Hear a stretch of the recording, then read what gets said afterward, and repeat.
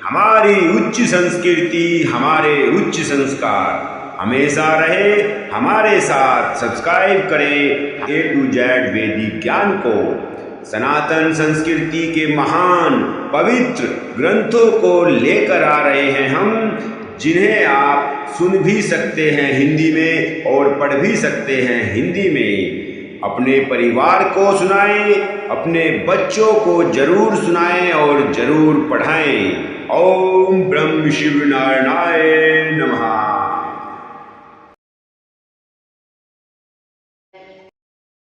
मंगल सकल सुहाइन कैसे, सहकामिनी विभूषण जैसे। तेहि निसी नींद पर नहीं काहू, राम दस लाल साओ छाऊ। राजा को ये सब मंगल साज कैसे नहीं सुहा रहे हैं, जैसे पति के साथ सती होने वाली स्त्री को आभूषण।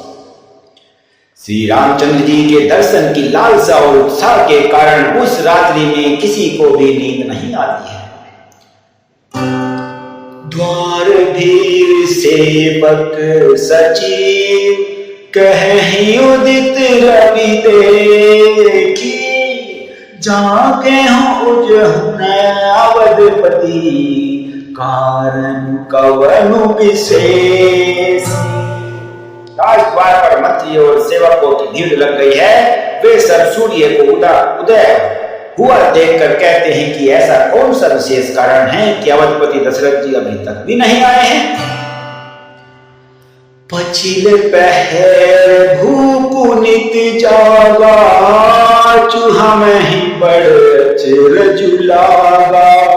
जाहु सुमंत्र जगा वहु जाई, कजिय काजुर जाए सुपाई। राजा नित्य ही रात के पिछले पहर जाग जाया करते हैं, किंतु आज हमें बड़ा आश्चर्य हो रहा है। हे सुमंत्र, जरा जाओ और जाकर राजा को जगाओ। उनकी आज्ञा पाकर हम सब काम करना शुरू करें। गए सुमंत्र तब राउर माही, देखी भयावन जात डराही। धाई खाई जनु जाई नहेरा, मानहु विपति पिसाद बसेरा। तब सुमंत्र रावले राजमहल में गए, पर महल को भयानक देखकर वे जाते हुए डर गए। ऐसा लगता है मानो तोड़कर काट खाएगा। ये भाग बहुत ही भाव पीने वाला है, मन को, हृदय को अंदर से ठिठुरने वाला है। मानो दौड़कर काट खाएगा, उसकी ओर देखा भी नहीं जाता है। मानो विपत्ति और विषाद ने वहां डेरा डाल रखा। ये सब सुमंत्र जी अपने मन में सोच रहे हैं और आगे चल रहे हैं और डरते डरते कदम बढ़ा रहे हैं। पूछे को न उतरोते, कहे भवन भूप के कई।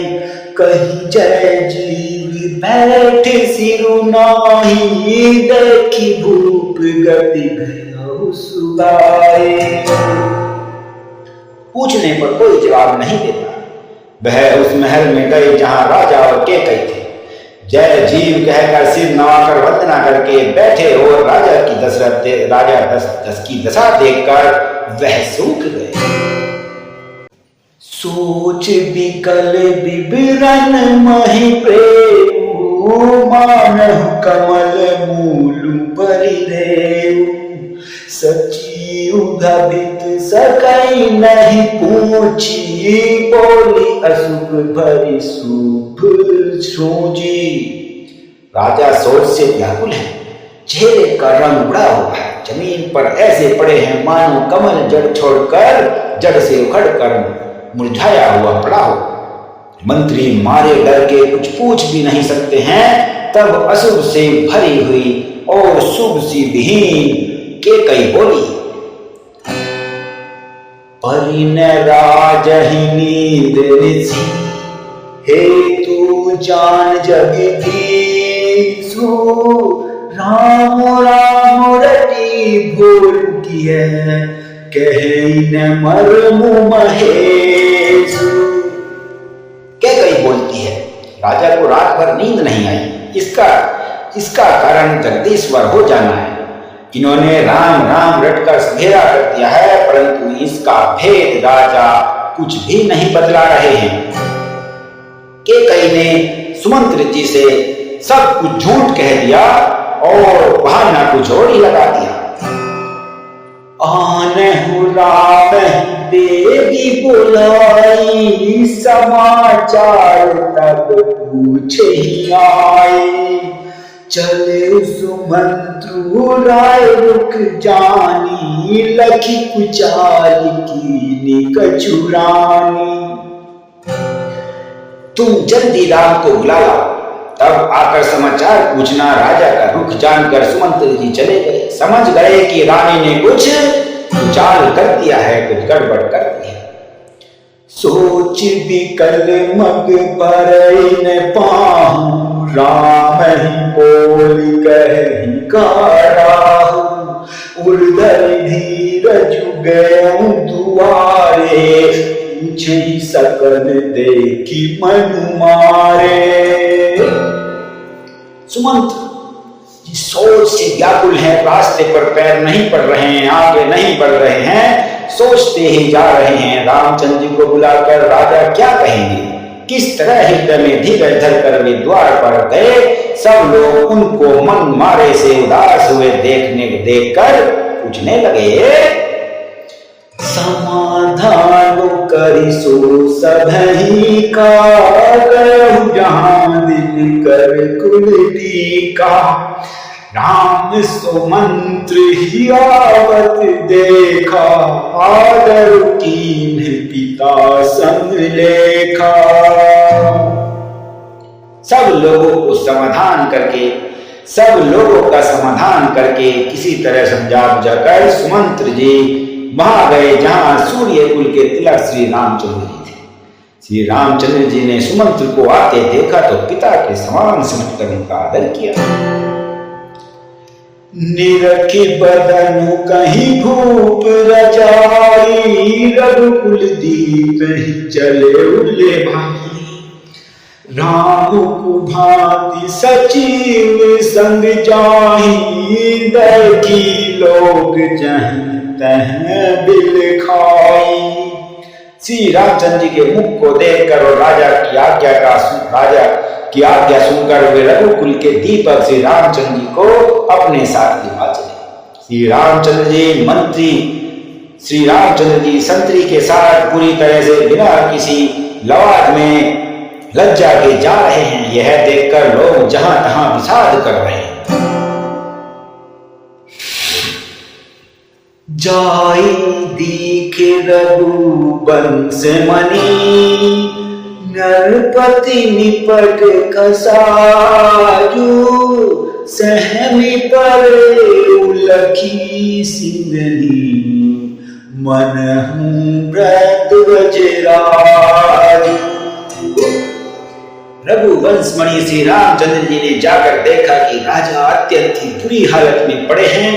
मानो सिंहनी को देखकर कोई बूढ़ा गजराज सहम कर गिर पड़ा। सूख ही अधर जरे सब अंगा, मरह दीन मनिहीन धुअंगु। तरुस समीप दिखी के कई, मानह चुखरी घनी लई। राजा के होठ सूख रहे हैं और सारा शरीर जल रहा है, मानो मणि के बिना साफ दुखी हो रहा। पास ही क्रोध से भरी कैकई को देखा, मानो साक्षात मृत्यु ही बैठी हो। राजा के जीवन के अंतिम घड़ियां गिन रहे। राजा भी जीवन की अंतिम घड़ियां जैसे गिन रहे। करुणमयी मधुराम सुभाऊ, प्रथम दीख दुख सुनाने काऊ। तदपि धीर धरी समय विचारी, पूछी मधुर बचन महतारे। श्री रामचंद्र जी का स्वभाव कोमल और करुणामय है। उन्होंने अपने जीवन में पहली बार यह दुख देखा है। इससे पहले कभी उन्होंने दुख का सामना ही नहीं किया और ना कभी दुख सुना। तो भी समय का विचार करके हृदय में धीरज धरकर उन्होंने मीठे वचनों से माता कैकेयी से पूछा, मोहि कहूँ मातु तात दुख कारण, करे जतन जेहि होई निवारण। सुनहु राम सब कारण एहि, राजहि तुम पर बहुत स्नेह। हे माता, मुझे पिताजी के दुख का कारण कहो ताकि जिससे उसका निवारण हो सके। यह यत्न किया जाए। कैकेयी ने कहा, हे राम सुनो, सारा कारण यही है कि राजा का तुम पर बहुत स्नेह है। देन कहेनी मोहि दुर, देहि कहेनी मोहि तुहु वरदाना, मांगे जो कछु मोहि सुहाना। सो सुनि भयउ भूप हरि सोचू, छाड़ न सकहि तुम्हारे संकोच। इन्होंने मुझे 2 वरदान देने को कहा था। मुझे जो कुछ अच्छा लगा वही मैंने मांग लिया। उससे सुनकर राजा के हृदय में बहुत सोच हो गया है, क्योंकि ये तुम्हारा संकोच नहीं छोड़ पा रहे हैं। सुत सनेहित बचनु उत, संकट परे नरेषु। सकहु तय आय सुधरहु सिर, मेटहु कठिन कलेश। इधर तो पुत्र का स्नेह है और उधर वचन प्रतिज्ञा। राजा इसी धर्म संकट में पड़ गए हैं। यदि तुम कर सकते हो तो राजा की आज्ञा सिरोधार्य करो और इनके कठिन कलेश को मिटा दो। कैकेयी पूरा जाल बुनकर खड़ी है और पूरे जाल से ही अपने पत्ते खोल रही है। निद्रक बैठी कहि कटु बानी, सुनत कठिनता अति अकुलानी। जीभ कमान बचन सरनाना, मन मही पे मृदु लक्ष समाना। कैकेयी बेधड़क बैठी ऐसी कड़वी वाणी कह रही है जिसे सुनकर स्वयं कठोरता भी अत्यंत व्याकुल हो जाए। जीभ धनुष है, वचन बहुत से तीर हैं और मानो राजा ही कोमल निशाने के सामने बैठा हो। जनु कठोर तनु धर शरीरु, सीखहि धनुष विद्या बलबीरु। सब प्रसंग रघुपति सुनाई, बैठी मनहु तनु धरि नटुराई। इस सारे समाज के साथ मानो स्वयं कठोरपन श्रेष्ठ वीर का शरीर धारण करके धनुष विद्या सीख रहा है। श्री रघुनाथ जी को सब हाल सुनकर वह ऐसा बैठी है मानो निष्ठुरता ही शरीर धारण किए हुए। मन मुसुकाई भानुकुल भानु, राम सहज आनंद निधान। बोले बचन विगत सब दूषण, मृदु मंजुल जनु बाग विभूषण। सूर्य कुल के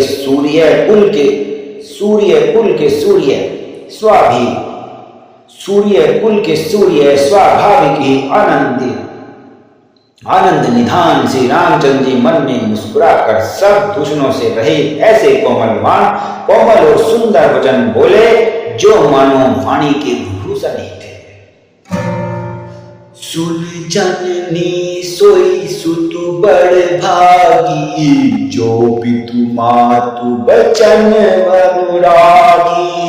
तने मातु पितु तोष निहारा, दुर्लभ जननी सकल संसारा। हे माता सुनो, वही पुत्र बड़भागी है जो पिता माता के वचनों का अनुरागी करे, पालन करे। आज्ञा पालन के द्वारा माता पिता को संतुष्ट करने वाला पुत्र ही जननी सारे संसार में दुर्लभ होता है। मुनिगण मिलन विशेषी बन, सब ही भांति हित मोह, ते ही मह पितुआयसु, बहुरी समंत जननी तो। वन में विशेष रूप से मुनियों का मिलाप होगा, जिसमें मेरा सभी प्रकार से कल्याण होगा। उसमें फिर पिताजी की आज्ञा और है, जननी तुम्हारी सम्मति है। भरत प्राण प्रिय पावहि राजू, विधि सब विधि मोहि सन्मुख आजू। जोन जाऊं बन ऐसे ही काजा, प्रथम गणिय मोहि मूढ़ समाजा। अब श्री रामचंद्र जी पवित्र वाणी में बोलते हैं कि प्राण प्रिय भरत राज्य पावेंगे। इन सभी बातों को देखकर यह प्रतीत होता है कि आज विधाता सब प्रकार से मुझे सम्मुख है, मेरे से खुश है, मेरे अनुकूल है। यदि ऐसे काम के लिए भी मैं वन को न जाऊं तो मूर्खों के समाज में सबसे पहले मेरी ही गिनती गिनी जाएगी। सेवहि अरड़ु कल्पतरु त्यागी, परिहरि अमृत लेहि बिसुमागी। तेहि न पाई अस समहु चुकाई, देखु बिचारी मातु मन भाई। और कहते हैं, जो कल्प वृक्ष को छोड़कर रैन की सेवा करते हैं और अमृत त्याग कर विष मांग लेते हैं, हे माता तुम मन में विचार कर देखो, वे महामूर्ख भी ऐसा कौन पाकर कभी न चुकेगा। अब एक दुखों मोहि विशेषी, निकट विकल नर नायक देखी। थोरही बात तितहि दुख भारी, होती प्रतीति न मोहि महतारी। हे माता, मुझे एक ही दुख विशेष रूप से हो रहा है। श्री रामचंद्र जी कैकेयी माता से इतना छल करने के बाद भी कितनी पवित्र वाणी में बोलते हैं कि हे माता, मुझे एक ही दुख है। विशेष रूप से ये मुझे सबसे ज्यादा लग रहा है कि महाराज को अत्यंत व्याकुल देखकर इस थोड़ी सी बात के लिए ही पिताजी को इतना भारी दुख हो गया। हे माता, मुझे इस बात पर विश्वास नहीं हो रहा है। राउ धीर गुण दति अगाधु, भामुहि कछु बड़ अपिराधु। जाते मोहि न कहत कछु राउ, मोहि सपत तोहि कहूं सती भाऊ। श्री रामचंद्र जी कुछ और ही कारण समझ रहे हैं दुख का। उन्होंने बताया भरत को राज तिलक मिलेगा और मुझे वनवास मिलेगा, लेकिन अपने पिताजी के दुख का कुछ और ही कारण समझ रहे हैं और कहते हैं, क्योंकि महाराज तो बड़े ही धीर और गुणों के अथाह समुद्र हैं। अवश्य ही मुझसे कोई बड़ा अपराध हो गया है, जिसके कारण महाराज मुझसे कुछ नहीं कह रहे हैं। तुम्हें मेरी सौगंध, हे माता, तुम तो सच सच कहो। सहज सरल रघुबर बचन, कुमति कुटिल करि जान। चह चौक जल वक्र गति, यद्यपि सलील समान। रघुकुल में श्रेष्ठ श्री रामचंद्र जी के स्वभाव से ही सीधे वचनों को दुर्बुद्धि के कई टेढ़ा ही करके जान रही है। जैसे यद्यपि जल समान ही होता है, परंतु चौक उसमें टेढ़ी चाल से ही चलती है। रहसी रानी राम रुख पाई, बोली कपट सनेहु जनाई। शपथ तुम्हारा भरत के आना है, तूने दूसर में कुछ जाना।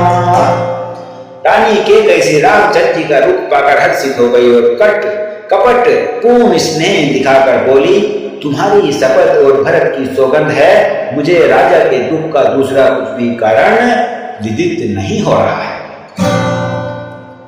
तुम अपराध जो नहीं ताता, जननी जनक बंधु सुख दाता। राम सत्य सबु जो कछु कहूँ, तुम पितु मातु बचन रत अहूँ। हे तात, तुम अपराध के योग्य नहीं हो, तुमसे माता पिता का अपराध बन पड़े यह तो संभव नहीं है। तुम तो माता पिता और भाइयों को सुख देने वाले हो। हे राम, तुम जो कुछ कह रहे हो सब सत्य है। तुम माता पिता के वचनों के पालन करने में सबसे आगे हो और हमेशा तत्पर रहते हो। पिता ही बुझाई कहूं बलि सोई, चौथे पन जेहि अज सुन होई। तुम सब सुवन सुकृत जेहि दीने, उचित नता सुनिरादरु कीने। मैं तुम्हारी बलिहारी जाती हूँ, मैं तुम पर बलिहारी जाती हूँ, मैं तुम्हें हमेशा प्रेम करती हूँ। तुम पिता को समझकर वही बात कहो जिससे चौधेपन बुढ़ापे में इनका अपयश न हो। जिस पुण्य ने इनको तुम जैसे पुत्र दिए हैं उसका निरादर करना उचित नहीं होगा। लागहि कुमुख बचन शुभ कैसे, मन दयाति की तीरथ जैसे। राम ही मातु बचन सब भाए, जिमि सुर सरिकत सलील सुहाए। केकई के बुरे मुख में ये सब वचन कैसे लगते हैं, जैसे मगध देश में या आदिक तीर्थ श्री रामचंद्र जी को माता केकई के सब वचन ऐसे लग रहे हैं, अच्छे लग रहे हैं, मानो गंगा जी में जाकर अच्छे बुरे सभी प्रकार के जल शुभ और सुंदर हो जाते हैं। गई मोर छाया में ही सुमेरी, नभ फिर कर बटलीन है। सचिव राम आगमन कहीं बिन समय सब कीन है, बिन समय सब कीन है। इतने में राजा की मूर्छा दूर हो जाती है। उन्होंने राम का स्मरण करके राम राम कहकर फिर कर कर्मठ ली। मंत्री ने श्री रामचंद्र जी का आना कहकर समय अनुकूल विनती करी। अवनिप अकाली राम पकुधारे, धरि धीरजु तब नयन उघारे।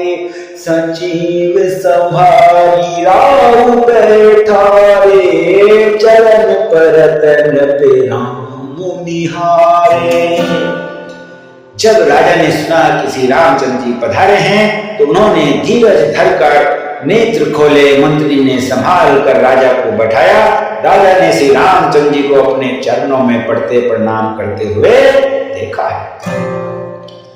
लिए स्नेह बिकल उरिलाई, गे मनि मन फनिक फिरि पाई। राम चितई रहे नर नाहु, चला बिलोचन बारी प्रभाहु।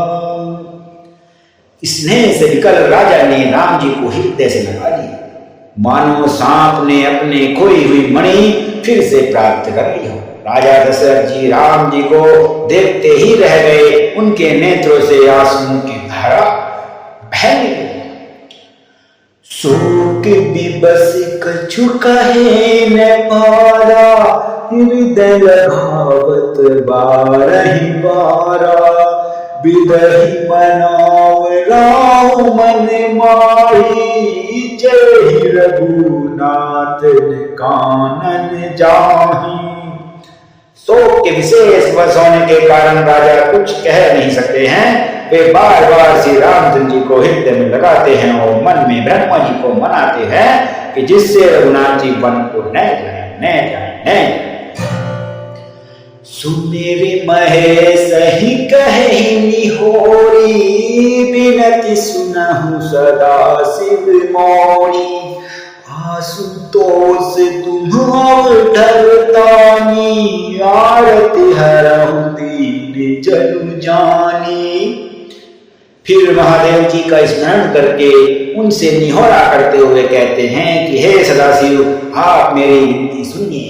आप आशुतोष शीघ्र प्रसन्न होने वाले हैं और अवरदानी हैं, मुंह मांगा वर देने वाले हैं। अतः मुझे अपने दीन सेवक जानकर मेरे दुख को दूर कीजिए। तुम प्रेरक सबके हृदय, सोमति राम ही तेहु। बचन मोर तजी रही घर, परिहरि सीलु सनेहु। आप प्रेरक रूप से सबके हृदय में रहते हैं।